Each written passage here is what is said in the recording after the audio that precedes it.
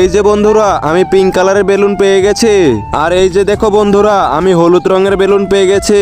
বন্ধুরা আমিও লাল রঙের বেলুন পেয়ে গেছি। আর এই যে বন্ধুরা আমিও হলুদ রঙের বেলুন পেয়ে গেছি।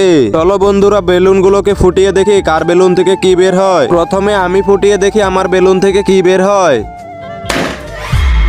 আরে আমার বেলুন থেকে তো কিছুই বের হলো না, আমার কপালটাই খারাপ। বেলুনের সাথে সাথে আমার কপালটাকেও ফুটিয়ে দিল। এখন আমি ফুটিয়ে দেখি আমার বেলুন থেকে কি বের হয়। 1 2 3। আরে আমি তো কমলা রঙের টি শার্ট পেলাম, কি করব এটা দিয়ে আমি।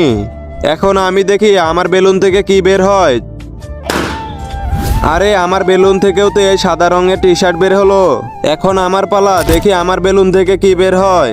1 2 3।